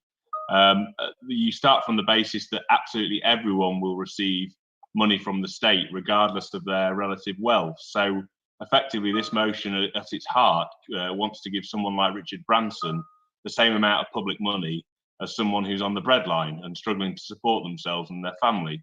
And I just think that that's fundamentally wrong. I think that the role of the state is to step in and support those who are most in need and not to give handouts to some of the richest people in the country. And we would actually literally be redistributing quite limited public money and taxpayer money and using it to line the pockets of those who just simply don't need it. So I don't really understand the support for UBI from the more left-leaning parties, because they talk about fairness, and I just don't see that this is a fair way of doing anything at all. Obviously, the support by the government throughout the COVID pandemic has been extremely generous. I don't think anyone can argue with that. But it has been done on the basis of a short-term approach. It's never been supposed to be a long-term thing, and we've got to bear that in mind, because there is huge costs associated with it, and it's clearly going to have an impact on the country for many years to come. Fundamentally, UBI would just be hugely expensive and add to the national debt at a time when it's already extremely high because of COVID. And from my perspective, it's morally wrong, in my opinion, to heap more debt onto future generations to have to pay it off. And I know that those on the left of the spectrum would argue that debt is overstated, national debt is overstated as an issue. But I just don't think you could ignore national debt. I think it has a huge impact on the country. There have been times during the last 10 years where we've been spending more on servicing the interest on our borrowing than we have been on, vital services like policing, for example. And that's just not a sustainable way to run a country, and nor is it an appropriate use of taxpayers' money. And I suppose the final third point I would like to make is that based on what I've read, I don't believe that trials of UBI in other places where it has been tried have found to be ineffective. I'm aware of a trial in Finland, and actually, from what I've read, it didn't help people to find employment. If anything, actually, it meant that employment stagnated and carried on. So I'm not really sure that it would actually be of any benefit anyway. So on behalf of the Conservative group, I think we'll be voting against this motion on those grounds. Thank you, Chair. Thank you. Councillor Barker. Thank you, Chair. Yeah, we've had a discussion in our group about this, and in principle, to be honest, I don't know a lot about it either. Universal basic income, what it entails or whatever, but we can support it. The actual what it's asking for the council to resolve is not massive. Whether it amounts to anything will be a question. But I think, or our group believes that you know, we all agree. I think you've said it, Alex, that people should, you know, have a minimum income, and we shouldn't have anybody below certain levels, certain income. But a lot more research needs to be done into the concept, I think, of this universal basic income. I don't know, it could lead to other things. I've heard that national, you know, it could replace the national insurance thing and all this. So there's lots of issues around it, but we'll support it. But I'd personally like to know a lot more about it. But it is asking for a trial, so we'll see. And I accept some of the arguments. Obviously, I don't agree with some of the things, but going forward, there's some big decisions to be made at central government. Thank you. Any other comments or questions? Councillor Shipman. Thanks, Chair. It's worth pointing out that this motion is not prescriptive. It's not prescriptive on the type of UBI model it needs to be. It would be very much open to welcoming one that was put forward by government. Just to use your Richard Branson, just use the leader of the council's Richard Branson example, the taxpayer already does subsidise wealthy people through subsidising low incomes, through tax breaks. The government already does this. What this would do, though, is it would give everybody a secure level of income. But the numbers, because wealth is so concentrated in this country, the amount of people that would actually be affected in terms of you paying them money that they don't actually need, it's very minimal in terms of across the whole country. So more people would benefit from this system because it puts more money in their pockets, they can spend. It will help with the growth strategy we've just been discussing because people are more likely to spend that money. That creates more taxes. It's about a whole wider system than putting just some money in people's pocket. It does drive growth if you can give people money to spend. And you know, like I say, it's not prescriptive, this motion. It's very much wanting to welcome to North East Derbyshire a trial, whatever that model looks like, whatever form. We're saying we'll welcome looking at, you know, basic income a different way, because like as Councillor Ankle pointed out, universal credit, although it's in principle a good system, it does have its flaws in that people aren't getting paid quick enough, and then there's the criteria which people have to qualify to get it, and it creates problems in itself, and that will drive poverty through North East Derbyshire. So I think we actually need to approve this motion and welcome a trial. Don't forget it's a trial. We're not saying, you know, we'd support it if the trial was a failure. This is welcoming, looking at something a different way and trialing it to see if it works. Thank you. Councillor Lewis. Thank you, Chairman. This is an interesting idea. However, I have to say, on balance, I couldn't support the concept. I'm not sure where Councillor Hancock and everyone thinks that they're going to get the money to be able to afford to do this in the first place, and why North East Derbyshire should be some kind of pilot for this. Just doesn't make any sense. I'm sure if you were to ask that question of the taxpayers of Derbyshire, should we subsidise everybody in the county, you'll get a fair percentage who'll say yes, and you'll get a fair percentage who'll say, well, I ain't got a cotton picking minute. Who's going to pay for all of this? Is it going to come out of my taxes? We are working in an economy that requires people to pay taxes, and it requires a buoyant economy, which is something we had prior to COVID-19. At this moment in time, we just do not have that level of income to sustain this, and this is a matter of principle as well. People out there are working hard. People out there are really struggling at the moment. We know that, and the government has really stepped up, providing what has been an absolutely critical safety net. That's been built on the back of a buoyant economy and people paying their taxes. And that's what should be funding these things.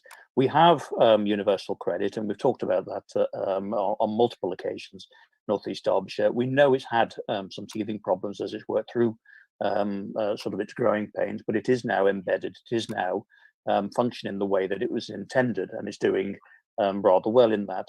And it provides a safety net, and the safety net is important for society. What we can't have is a crutch for society, and that is what you're suggesting.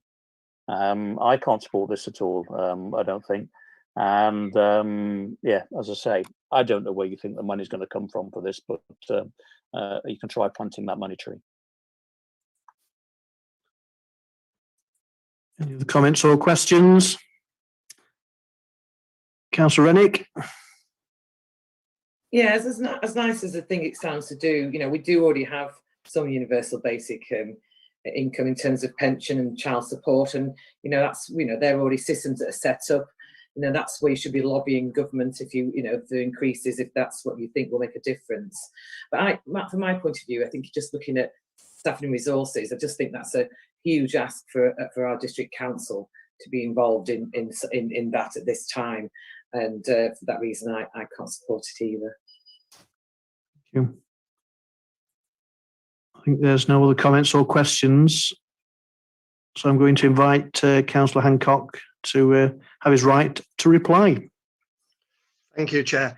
To pick up on Councillor Lewis's comments, I think first is probably, I'm not sure kind of where the concept comes that it's an expensive system to run. Ultimately, every single one of us in this meeting has a tax code. So all of us to some degree get some benefit from the state, in whatever form it takes. The key crux, which is where I differ with Councillor Dale. I understand what he's saying, and Councillor Rennick made a similar comment about the benefit system that we have and that we got through the teething problems. The reality is there is still a significant waiting time for people who become unemployed to actually getting paid any money. Now, for a lot of us, that is probably cushionable. For many people, it isn't. Literally, some people are living 1 week to the next. If they have then suddenly got to wait 5 weeks for anything to come, that is actually crippling. And that is what this kind of process is designed to take out, so that there isn't that element of people struggling and going without. In terms of why North East Derbyshire, we are hopefully a progressive council. I would have thought we have our residents' interests at heart, and to be truthful, I would have thought it would be something that we would have bitten hands off to actually present and say, let's try this. We know the economy's got to reshape somewhere along the lines. As I say, there's this illusion that somehow it's hugely costly, but the reality is we all get a tax allowance. We all get, or thereabouts, roughly 12,500 tax-free each year. Admittedly, we have national insurance, things like that, which change it. So we all get something. We just need to make sure that it is there and payable for people from day one if suddenly they find themselves out of work through no fault of their own, through a system which, as we know, the pressure that has been put on the DWP and HMRC this past 12 months has been horrendous. Through no fault of their own, they have been slow in dealing with stuff. Anyone is when suddenly your workload doubles. And so people have been waiting even longer. So this is really to, whilst yes, it does benefit everyone, it is there to protect the absolute poorest in society. And I think we have a responsibility to do that. Thank you, Chair. Thank you, Councillor Hancock. So we move to the vote on the motion now, proposed by Councillor Hancock. So could we have the poll, please? So whether to approve the motion is for, against or abstain, vote now, please.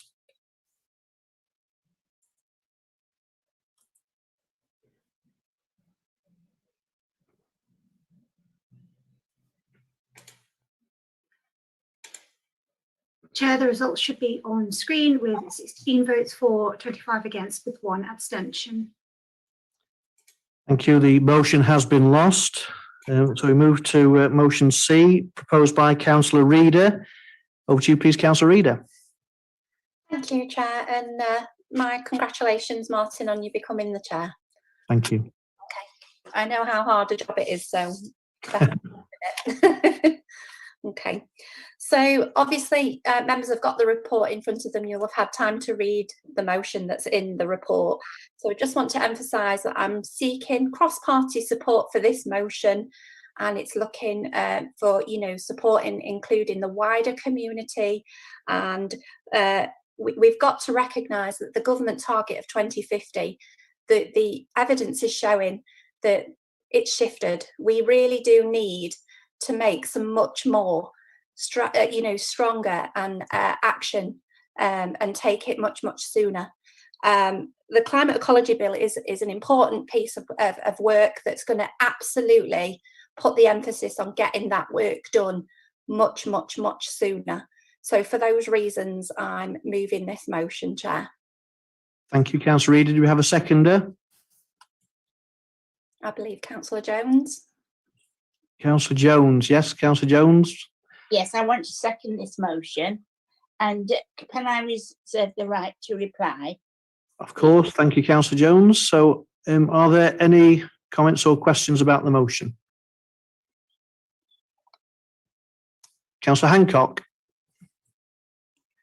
Thank you, Chair. The only comment I would make, I absolutely agree with everything Councillor Reader has just said. I'm fully supporting of that motion. The dates are shifting, and we need to really get a move on to try and address these issues. So fully behind you, Tracy. Thank you. Councillor Pickering. Thank you, Chair. I'm talking in support of this motion. The climate emergency is probably one of the most important things that we've got to deal with, both locally and nationally at this moment in time. And I think probably nobody would disagree with that, as this council's already supported a climate emergency. And this goes a step further. And I think a lot of us will recognise that the government's been a bit slow about it all, and is not working as fast as local authorities are and some other people would like to see. This has been put together, the Climate and Ecological Emergency Bill. It's been drafted by a number of people, including scientists, academics, lawyers, activists, and other people that probably know better than me and some of us here about it all, to try and get the government to move more quickly, really, to strengthen the Climate Change Act to ensure that Britain has a comprehensive strategy to reduce greenhouse gas emissions and restore our natural world. And some of the unique things about the Climate and Ecological Emergency Bill is that it requires the Minister of State to have a definitive roadmap, and rather than just lurching from one thing to another, to have a cohesive plan that's actually taking more rapid climate action. The government's still stuck in the scientific advice of 2050. And, you know, things have changed a piece. The evidence has changed. We need to change our minds. We need to bring that forward to 2030, if not sooner, to do the things that we need to do.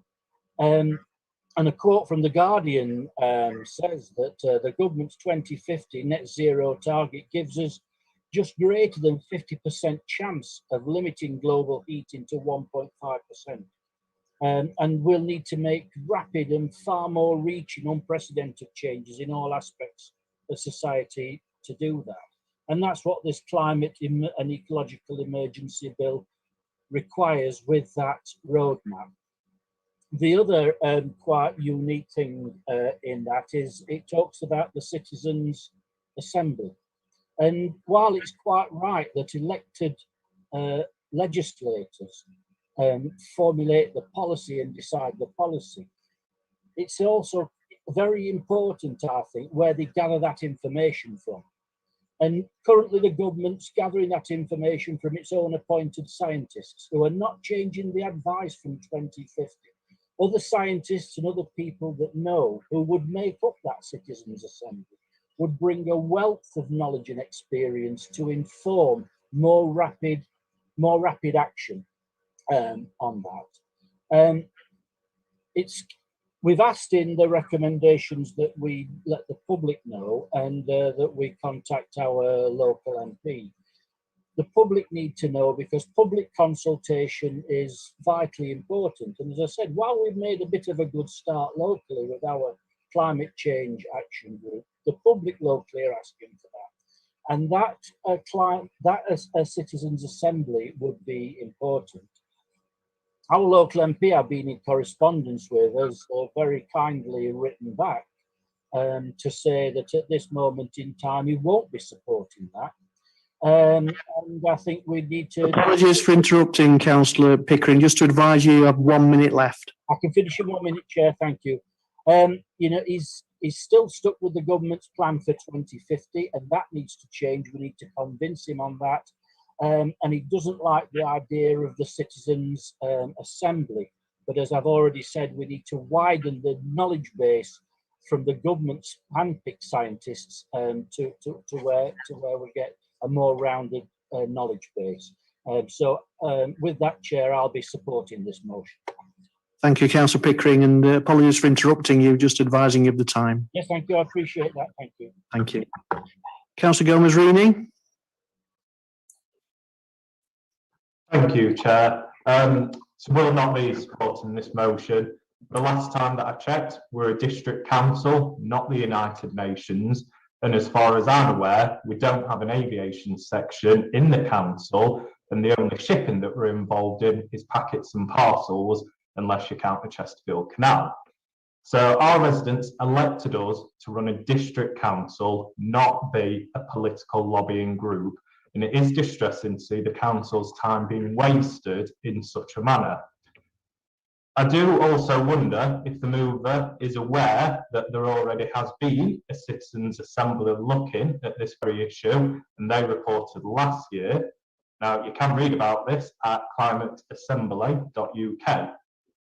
I do, however, completely agree that climate change is a very serious issue, and it's our duty to take care of our part of addressing climate change, which is why we will continue to focus our remit and not be distracted by posturing.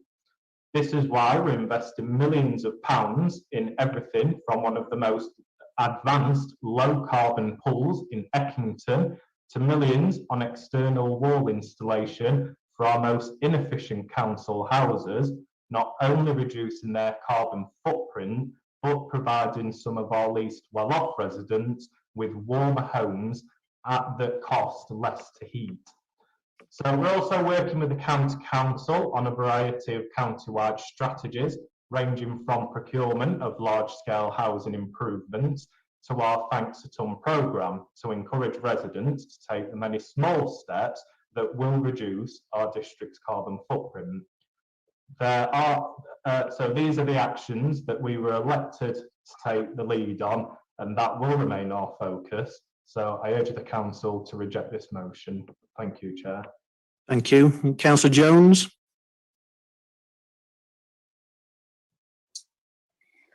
Yes, I'm not sure that this is about making political points. We all agree that the council have got an emergency about climate change, and we agree with the bill that's coming in. But what I'd like to say is that the council needs to make the public more aware of how climate change will affect all of us, so that actions needed will be fully supported. Everyone must be on board to understand the things that are crucial to beginning reductions of carbon by individuals and working places, councils and governments. One great thing that has come out of the pandemic, it has proved with evidence that it can be dramatically cut the carbon emissions and the environment has been improved. Now we've seen clearer skies, we've seen the greenery, more animals coming back where they didn't work before. Lots of things happening just because of climate change and the actions that they're taking. It's not that hard to imagine as building on that. And when we're looking at 2050, it seems a hell of a long time. We know we can do it. We've seen it in action. We can persuade people that this is the way forward. People will take it on board. It's about their children and their grandchildren. And I think we can work towards the 2030s, the early 2030s. And that is about reality. And we've already seen that. So I would like you to support this, please. Thank you, Councillor Jones. Councillor Lewis. Thank you very much indeed, Chairman. And I forgot to congratulate you the first time I spoke, so I'll take the opportunity to do so this time. Congratulations on taking the chair of the council. I've known you for a good number of years. I think you'll do a sterling job of it, and certainly do a sterling job of keeping us all in order. Yeah, and thank you, Councillor Lewis. I have included that in your 5 minutes. Thank you for that. I'll try and be brief then. I have to disagree with what Councillor Pickering said. I think we have taken very much in the UK a key lead, UK government in particular, under the premiership of Boris Johnson, has been quite startling in the way that it has responded to the climate issues that we are globally facing, and it has taken a very much a strong lead. And Britain has, to be fair, taken a strong lead over a good number of years.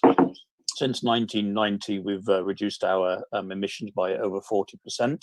You compare that to the 29% over the same period as Germany, you begin to see this emerging pattern, and that's right across the various administrations as led us up to this point. There are some key issues with the 2050 versus the 2030 date. I think the evidence is robust, and it is included in there. I disagree with the principles around the independent citizens' assemblies. We are elected members, as is the government, as is the governments around the world. As the United Nations playing a key role, IPCC, which advises governments, again, draws its information right across from all of academia to make its informed decisions, and saying that academia isn't playing a role is utterly wrong in that. We need to bring people with us. I've said this on multiple occasions before, on the journey to decarbonising, asking people to give up their cars tomorrow, their diesels, the petrol cars. They want to do it, but not everybody's going to do it or be able to afford to do it with rapidity. So it's incredibly important that we recognise that and work with the pace that's currently set. That being said, we should be doing all that we can to decarbonise as quickly as possible, and we need to decarbonise with the sector, the industry that's out there, to make sure that they're decarbonising as well.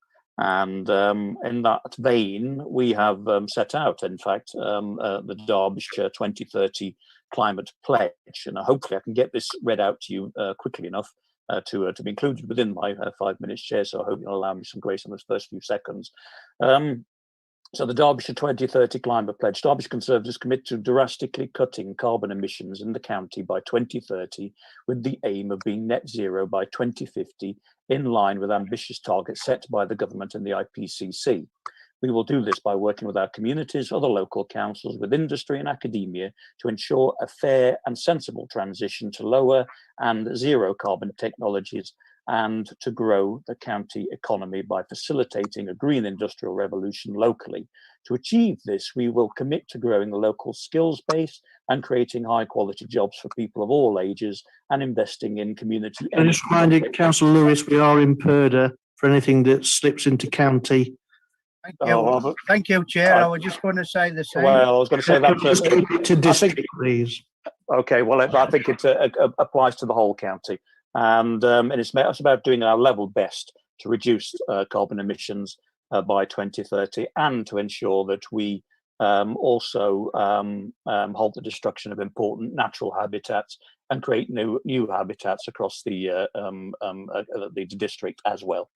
And I think I'll end it on that, Chair, and I'm sure any party that's out there who wants to join us in that endeavour, I think that's a much stronger and much more locally focused way of doing it. Thank you, Chairman. Thank you, Councillor Lewis. Thank you. Are there any other comments or questions? Councillor Shipman. Yeah, I mean, we've just heard a lot of waffle to say that you don't want to listen to the residents that we're supposed to be representing, to be quite honest, because ultimately, whether it's a citizen assembly or some kind of makeup of a citizen, where you're consulting with residents, is something that we should be welcoming, not saying, well, that's below our pay grade. We shouldn't be consulting those that elected us once we're elected. I find that astonishing that any council would actually sit on this live stream and tell people that, to be quite honest. I will be supporting this motion. It seemed, we need to be ambitious, to be quite honest. The target's a target. You don't necessarily have to achieve that target, but if you aim for it, you might just get there a bit quicker than you would have if you set it 20 years ahead. So I'll be supporting this motion. I think it's, let's just support it. I honestly find it astonishing though what we've just heard. Just remind you though, Councillor Shipman, that it isn't waffle, it's everyone's considered opinion. Councillor Barker. Thank you, Chair. I wasn't going to join in on this, see how it's paid and all that stuff. Well, sorry, I've just been corrected. It's not period, it's election period. Election period, yes. We can't election period, yeah. Sorry, I apologise. It's election period. No, I've learned something. Yeah. But I'm a bit with Councillor Shipman. I don't see a problem with this motion really. It's just asking to support a bill. Fair enough, it might be a national thing, but we are a political body that can lobby on certain things, and I don't see our deferring to me colleagues that can put this argument better than me, which they have. But I don't see a problem with supporting this motion, and I'll leave it to that. Thank you, Councillor Ridgway. Yes, I just wanted to ask. Councillor Gomez-Rini mentioned about sort of making the homes warmer through a government scheme, but the government has actually axed that greener homes warming scheme, and only 300 odd houses will be done through the district council. Really, we should be supporting this and then lobbying the government to bring that back so that every home, every council tenant has a greener home to help with the climate change. Okay, I think Councillor Dale wants to come in there. Councillor Dale. Yeah, thank you, Chair. Just on that point, I'm not aware of that programme being axed. I believe it was a short-term, a grant period, and we were successful in getting 1.5 million from the government, and we put another 7 million into that to refurbish, as you say, 320 homes. My understanding is that there will be further grants available, and obviously we'll continue applying for those. And we're actually working up quite a innovative scheme as part of Vision Derbyshire to be able to access longer term funding on a county-wide basis to be able to continue doing this work on a much larger scale. So if anything, we want to upscale that work, not reduce it. So I'd contest that. Just in response to some of Councillor Shipman's points, I think he knows that no one in this chamber has ever said that we wouldn't want to speak to our residents. Councillor Kenyon has met quite recently with some of the climate activists, and we continue to engage with our residents very firmly. All that we're saying here is that actually we care the most about delivery, about action for our residents, and that's why it's so important that we do things like the £1 million investment in Eckington swimming pool. That's going to be one of the most carbon neutral swimming pools in the whole of the country as a result of this investment. The energy and emission savings from the investments that we're making into our homes are going to be very, very significant. I would rather that we were the council that did rather than that sat around and talked about. And that's the council that we're leading. And the final thing to say is Councillor Barker and Councillor Shipman's comments around you're quite happy to support a motion and a target knowing that we might not get there. So what you're basically saying is you don't think that we shouldn't engage with residents, but you're quite happy to make promises to them that you can't actually fulfill, which I think is far, far, far the worse sin really as a politician, that you're making promises that you know as a matter of fact that you cannot deliver. And so I'd far rather us have a sensible target, as Councillor Lewis says, that brings people with them. You know, we need to engage the public properly in this. We can't force targets that they are just simply not going to live up to, and wreck the economy while we're doing it. So I think that's all I need to say, Chair. But for those reasons, we won't be supporting this motion. We're going to carry on doing what we've been doing for the past couple of years, which is actually delivering for residents and actually delivering a positive climate change agenda and strategy, which Councillor Kenyon is doing a fantastic job in leading for us. Thank you, Chair. Thank you. Just so you know, Councillor Pickering, I've seen your comment. I'll come back to it in a second. So any other comments or questions? And then I'll ask Councillor Reader to exercise her right of reply. And then we have a proposal for a recorded vote. So I'll come back to that in a moment. Councillor Reader. Thank you, Chair. Obviously, some very disappointing comments that I've heard around the table.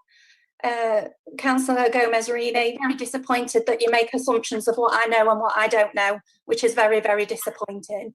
I've brought this to the table because I might only be a district councillor, as you say, but I'm a voice within this district council, and I think everybody should be using their voice on every single level that they can possibly do to highlight this climate emergency. So for that reason, Chair, I move the motion as it stands, and I'm going to request a recorded vote, please.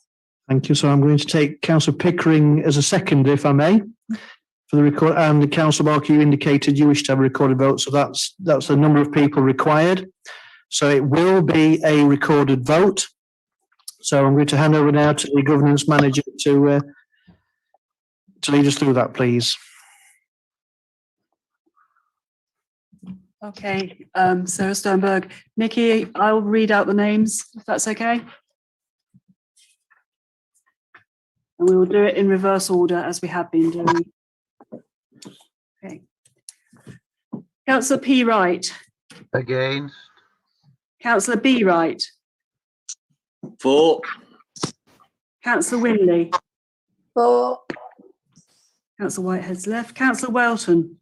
Against. Councillor Thacker. Against. Councillor Tate. Against. Councillor Stone. For. Councillor Shipman. For. Councillor Ruff. Against. Councillor Rouse. Against. Councillor Rowe.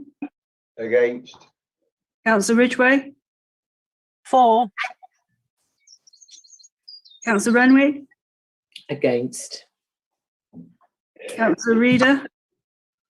Absolutely for. Councillor Powell. Against. Councillor Potts. Against. Councillor Pickering's left. Councillor Parkin. Against. I've not left. Pickering's there. Oh, my apologies. Sorry. Councillor Pickering. For. Four. Councillor Parkin. Against. Councillor Morley. No. Councillor Lilly. For. Councillor Liggett. Against. Councillor Lewis. Against. Councillor Kerry. For. Councillor Kenyon. Giving apologies. Oh, sorry. Councillor Jones. For. Councillor Hutchinson. Against. Councillor Holmes. She left. Councillor Hartshorn. For. Councillor Hancock. For. Councillor Hall. Against. Councillor Gomez-Reilly. Against. Councillor Fennell. For. Councillor Mark Foster. Against. Councillor Angelique Foster. Against. Councillor Emmons. Against. Councillor Elliott. Against. Councillor Dayton. Against. Councillor Dale. Against. Councillor Cupid. Against. Councillor Cooper. For. Councillor Clough. Against. Councillor Birkin, For. Councillor Barker, For. Councillor Armitage, Against. and Councillor Ancliffe. Against.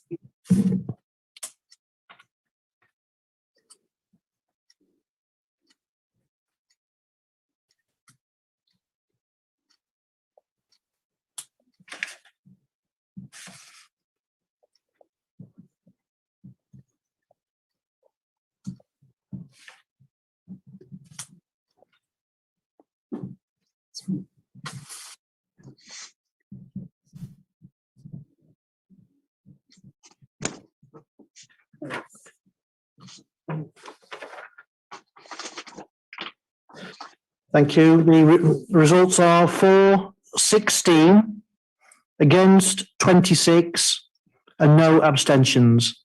The motion has been lost. We move to item 9, exclusion of public. I move that the public be excluded from the meeting during the discussion of the following items of business to avoid the disclosure to them of exempt information as defined in paragraphs 1, 2, and 3, Part 1 of Schedule 12A of the Local Government Act 1972, as amended by the Local Government Access to Information Variation Order 2006. Do you have a seconder, please? Councillor Dale, thank you. Can we move to vote?